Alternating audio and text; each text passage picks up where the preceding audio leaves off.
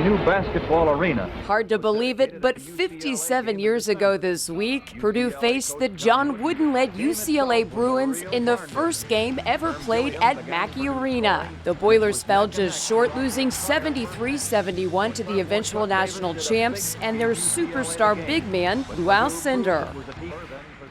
Fast forward 50 years later, and those same UCLA Bruins are now part of the expanded Big Ten Conference that now has a major footprint on the West Coast, which means more competition, not only for on the playing field, but also for cities vying to host Big Ten championships. Inside Indiana business reporter Mary Rachel Redmond here now with more on Indy's game plan to stay competitive.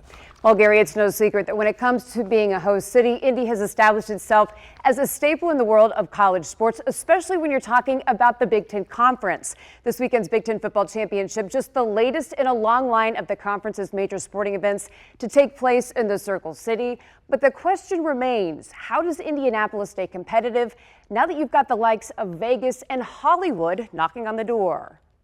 Lucas Oil Stadium in downtown Indianapolis, Indiana.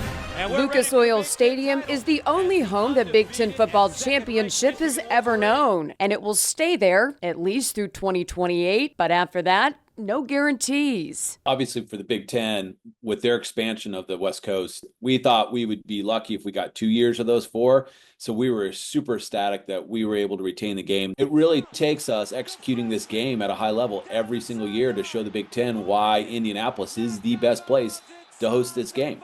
We're now up to almost 30,000 people that are buying their tickets before teams are even announced because they want to come to Indy to celebrate the Big Ten, to be a part of what the weekends become.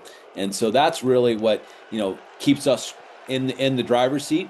But remaining in that driver's seat is going to continue to become increasingly more difficult, with the likes of Vegas, LA, and other cities out west that also want a piece of the Big Ten pie. Obviously, Vegas has a lot of hotel rooms. They have a lot going on. They have been very vocal in the last few years of going after our events, and they have the ability to build new facilities. They have got, all kinds of things that they've been building. So we can't compete with that. And so what we have to do is we have to make sure that we compete on the strengths that we have. And our strengths are, we have a walkable, connected downtown campus.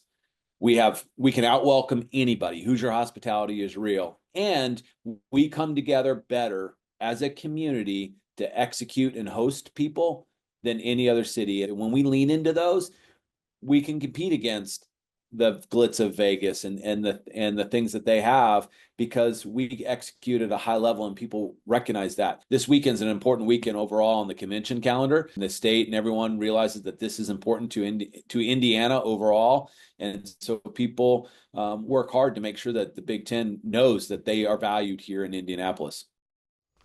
And Talty tells me he wants to keep the Big Ten Football Championship here indefinitely. He's going to do everything he can to make that happen. Tough to beat Indy. Thanks, Mary Rachel. Well, downtown Indianapolis has new space for fans to cheer on their favorite teams. Tom's Watch Bar is known as a sports entertainment concept that focuses on the fan experience while offering a variety of food and drink. Tom's will host weekly fan events and featured games across, get this, 135 screens. We're an extension on behalf of the teams for their fan base. And that's obvious when teams are away. We give people a place to go and have, as close to a camaraderie-based in-stadium experience as possible.